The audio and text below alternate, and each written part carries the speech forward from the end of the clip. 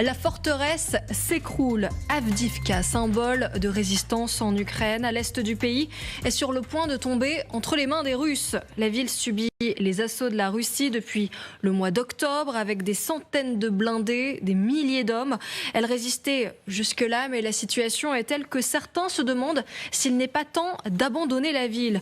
Pour en parler, je suis toujours accompagnée des meilleurs spécialistes. Arlette Chabot, éditorialiste politique, Général Chauvency, consultant géopolitique LCI, Claude Blanche-Maison, ancien ambassadeur de France à Moscou, et Vincent Crouzet, expert en renseignement. Merci à tous d'être avec nous.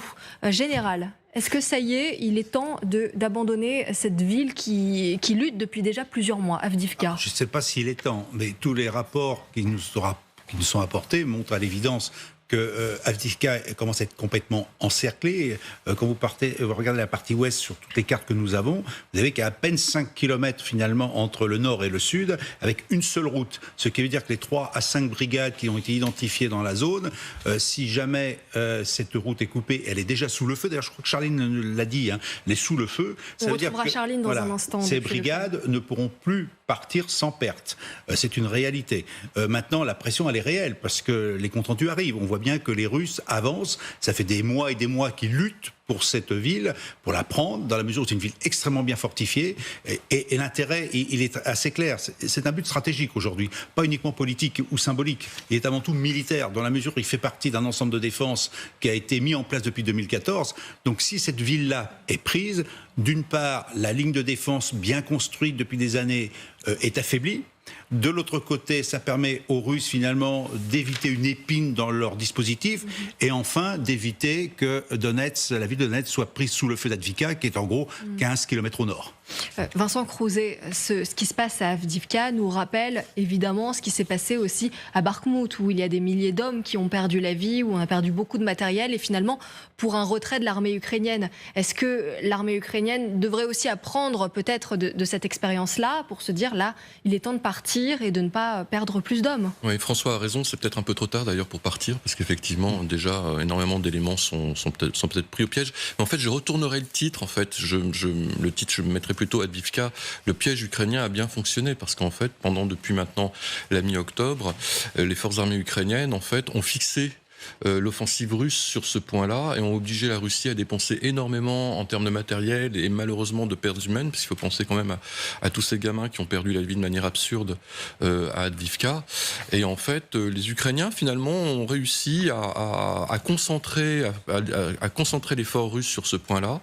Alors il y a une chose très juste que vient de dire François et qu'on oublie en fait, il faut avoir une double lecture d'Avdivka, c'est que en fait les Russes étaient quasiment en position défensive sur ce point-là, puisqu'effectivement avec Donetsk à 15 km et même l'aéroport de Donetsk qui était à 12 km en fait d'Avdivka, ils ont senti fin septembre début octobre une réelle menace en fait sur ce point-là, et en fait leur offensive était surtout destinée à défendre Donetsk. Alors les Russes ont affirmé ces dernières heures occuper 20% du territoire. Alors c'est compliqué d'y voir clair parce qu'on a à la fois les déclarations des Russes et des Ukrainiens, mais ce qui est sûr c'est que dans la foulée le maire d'Avdivka lui a réagi. Il a concédé des difficultés, mais il a dit c'est absolument faux. Les Russes n'occupent pas 20% du territoire. Écoutez-le. L'ennemi attaque en ce moment même la ville avec des forces très importantes. Ces derniers jours, cela s'est beaucoup intensifié. Des saboteurs tentent d'entrer dans la ville. Beaucoup d'hommes d'infanterie se dirigent vers la ville. Il y a des endroits où ils donnent leur maximum. Concernant le fait que 18% de la ville serait occupée, eh bien, il faut poser la question aux personnes qui diffusent ces informations et qui ne sont jamais allées à Avdivka. C'est totalement faux.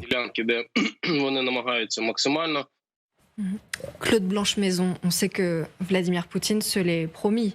Il lui faut une victoire dans cette ville et notamment à l'approche des élections présidentielles. Est-ce que les Ukrainiens vont peut-être pas y couper à cette défaite? Sur la situation militaire, moi je m'en remets évidemment aux militaires. C'est difficile d'apprécier. On a déjà eu tous ces débats à l'époque où on discutait avec Bakhmout. Ça a duré des mois et en plus il y avait Prigojine qui voulait se mêler de cette affaire-là. Mais vous qui avez été ambassadeur de France en Russie, quand Vladimir Poutine a une idée en tête, quand il en fait une obsession comme ça, est-ce que finalement ça sert à quelque chose de lutter encore pendant des mois?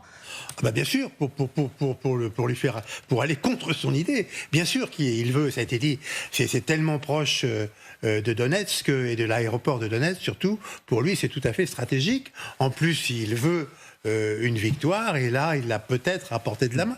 Mais c'est vrai que sur un plan politique, ça sera triste le jour où Avdiïvka tombera dans l'escarcelle russe, parce que ça voudra dire à nouveau un recul ukrainien. Et c'est très mauvais, parce que derrière tout ça, il y a quand même l'idée à laquelle tout le discours de Poutine essaie de nous accoutumer, c'est-à-dire l'idée d'une partition de l'Ukraine. On coupe l'Ukraine en deux.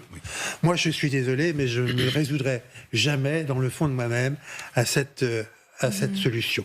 On va aller poser la question à nos envoyés spéciaux qui sont sur place. Bonjour Charlie Nurel et Camille Souhaut.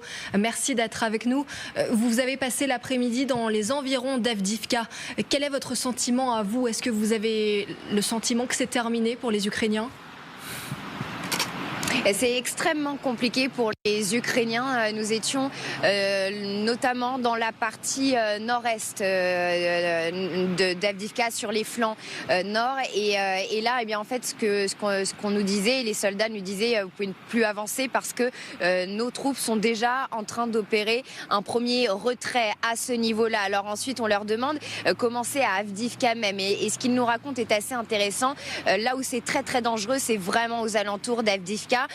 Quelque part, on est presque plus en sécurité, si on pouvait dire ça, dans Avdiïvka. Ce qu'il faut comprendre quand il nous explique cela, c'est que c'est la route de ravitaillement qui est constamment prise sous le feu, avec cette poussée russe sur les villages qui sont aux alentours d'Avdiïvka. On était aussi avec une équipe d'évacuation de médics qui vont sur la première ligne prendre les soldats blessés. Beaucoup plus de blessés qui arrivent ces derniers jours. Impossible de donner un chiffre, mais des personnes qui nous disaient on a rarement vu cela.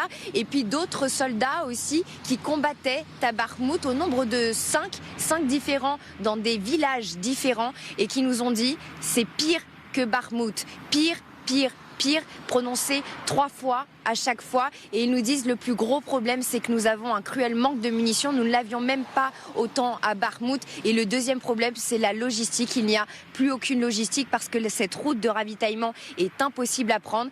Donc les Ukrainiens qui disent en effet, on ne voit pas les choses s'améliorer dans ce sens. Et donc c'est du mot de l'enfer en fait qu'ils qualifient la situation dans les alentours d'Avdiïvka. Merci beaucoup Charlie Nurel et Camille Souhaut en direct des environs d'Avdiïvka. Merci. Bonjour à vous si vous nous rejoignez. On est en train de parler d'Avdiïvka, cette ville à l'est de l'Ukraine, ville forteresse qui est en train de tomber entre les mains des Russes et que les Russes tentent de prendre depuis déjà le mois d'octobre. Général, on entendait Charlie Nurel nous parler de la situation sur place. Elle a employé un mot fort. Elle a dit que les soldats sur place disaient que c'était pire que Bakhmout. Jamais on n'aurait pu imaginer ça. Non, mais d'un autre côté, quand on voit les moyens qui ont été mis en place par les Russes, des fortifications dont nous parlions tout à l'heure pour Avdiïvka, ça fait 8 ans de fortification, donc des gens parfaitement bien en position de défense, tuant certainement beaucoup de Russes. Mais d'un autre côté, comme les Russes le savent, ils utilisent au maximum leur artillerie, puisque c'est intéressant aussi ce qui a été dit, c'est le manque d'obus, de munitions pour riposter. Ce qui fait qu'à un moment, quand vous ne pouvez pas riposter, faire de la contre-batterie, comme on dit, c'est-à-dire détruire les canons adverses, ben, il y a un moment, vous ne faites que subir et recevoir. Et puis, il y a quand même effectivement un débordement par le nord-ouest et le sud-ouest de la ville, notamment vers la Coquerie au nord, où il s'agit effectivement de la prendre. Ils ne l'ont pas encore prise. Et puis, vous avez cette ligne de communication. Dès lors que vous n'avez plus de logistique, ça veut dire aussi, vous n'évacuez plus les blessés. Vous n'apportez plus de renforts, vous n'apportez plus de munitions, vous n'apportez plus d'alimentation, plus la pression, et à un moment, il faut partir. Et ce qui a été très bien dit pour terminer, c'est que nous sommes bien dans le retrait, ce n'est pas une débandade, c'est un retrait organisé. Et il y a encore une ligne qui tient, pendant ce temps, il y a des unités qui s'en vont, et ainsi de suite. Vous voyez, de l'avant vers l'arrière, au fur et à mesure, on se remplace pour toujours garder le contact avec l'ennemi, pour éviter qu'il puisse en profiter et sauver le maximum de monde et de matériel. Arlette Chabot, l'Ukraine va entrer dans sa 3e année de guerre. Au-delà des enjeux stratégiques, le symbole est terrible de perdre à nouveau une ville du Donbass à l'aube d'une 3e année de guerre pour Volodymyr Zelensky. C'est sûr que Vladimir Poutine sera plus content d'apporter cette victoire entre guillemets après Bakhmout que Zelensky. Et en plus, c'est l'arrivée du nouveau chef d'état-major qui effectivement va commencer à faire ses débuts en tant que chef d'état-major, puisque justement il était à Bakhmout, après ce retrait ou ce repli en bon ordre, comme le dit le général. Donc évidemment, c'est pas très agréable. En même temps, on se souvient que Bakhmout, c'était effectivement le début du conflit entre le désaccord entre Zaloujny et le président Zelensky.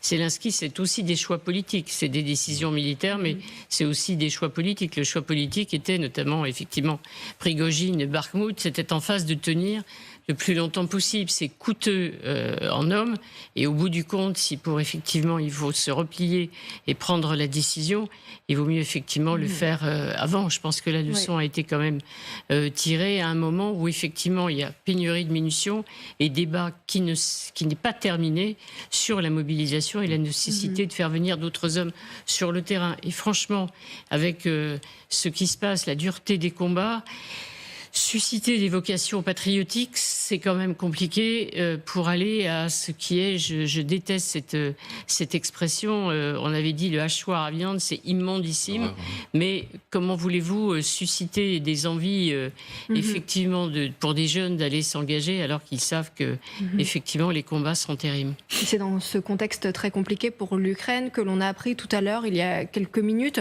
qu'Emmanuel Macron s'était entretenu par téléphone avec Volodymyr Zelensky. Ils ont discuté de la situation sur le front et des besoins de l'Ukraine. Claude Blanche-Maison, je voudrais vous faire réagir justement sur les précisions qu'a apporté le président ukrainien.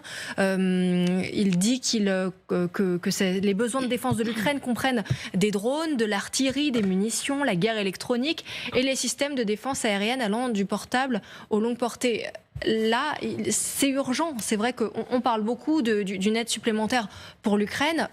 Emmanuel Macron était au téléphone il y a quelques instants avec Volodymyr Zelensky et on le voit sur le terrain, il y a urgence. Alors, pour être concret, sur l'artillerie, c'est la France qui est chef de file sur le secteur artillerie. Donc Macron a dû expliquer, j'imagine, au président Zelensky ce qu'il comptait faire en tant que chef de file pour, en effet, donner le plus possible d'artillerie, à la fois de canons et de munitions à l'Ukraine. Et puis sur les autres sujets, eh bien évidemment, ils se retournent vers nos partenaires de l'Union européenne d'une part, et nos partenaires de Rammstein d'autre part, parce que c'est même pas l'OTAN qui coordonne ce que font les différents pays sur le plan militaire. C'est un système interétatique qui se tient sur une base de l'OTAN à Rammstein, mais ça n'est pas l'OTAN en tant que tel. C'est présidé par le secrétaire à la défense américain et pas par le secrétaire général de l'OTAN. Donc tous ces raffinements qui veulent dire que les États veulent garder le contrôle très étroit de l'armement qu'ils envoient à l'Ukraine nécessitent sans doute, en effet, que Macron prenne à ce stade une initiative, puisque les choses ont été clarifiées sur le plan ukrainien. Maintenant, il y a un nouveau commandant en chef, qui d'ailleurs a démontré hier avec Zaloujny et Zelensky qu'il y avait une bonne entente et un bon passage des consignes entre eux. Maintenant que ce passage est derrière nous, je crois qu'il faut en effet que les Européens reprennent une initiative en attendant de voir ce qui se passe au Sénat américain. Arlette Chabot, un mot sur cette discussion entre Zelensky et Macron. On sait que les deux hommes se discutent ensemble très régulièrement et Emmanuel Macron doit aller prochainement aussi en Ukraine. On ne sait pas si effectivement on a parlé d'un voyage au mois de février. Ce qui est sûr, c'est que le président de la République avait confirmé les aides, l'envoi de missiles à l'Ukraine. Il avait même dit dans sa conférence de presse, effectivement c'est toujours la même formule, la Russie ne doit même penser qu'elle peut gagner. Alors évidemment, quand on a entendu Vladimir Poutine, il n'est pas dans cet état d'esprit, et avec l'envoi des armes, vous vous souvenez des polémiques, des fausses informations sur les mercenaires français et en fait des humanitaires qui ont été tués dans une attaque russe avec convocation de l'ambassadeur de Russie à Paris au Quai d'Orsay pour des explications. Donc il y a les relations avec la Russie sont légèrement et plus que légèrement tendues, si tant est qu'il y ait des relations. Et en revanche, avec l'Ukraine, il y a effectivement surtout la volonté de signer un partenariat. C'est ce qu'ont fait les Britanniques, qui ont signé un partenariat longue durée, donc ça revient à ce qu'on disait tout à l'heure sur l'engagement sur le long terme, un partenariat entre la France et l'Ukraine, comme il y a un partenariat entre l'Union européenne et l'Ukraine. Ça veut dire qu'il y a un engagement pour le long terme jusque nécessaire, on pourrait dire, entre la France et l'Ukraine. Quant à la visite, on va voir si effectivement, on ne donne jamais les dates, mais elle devait avoir lieu autour du mi-février, donc c'est pas impossible qu'il ait lieu dans les jours qui viennent. Ça pourrait être imminent.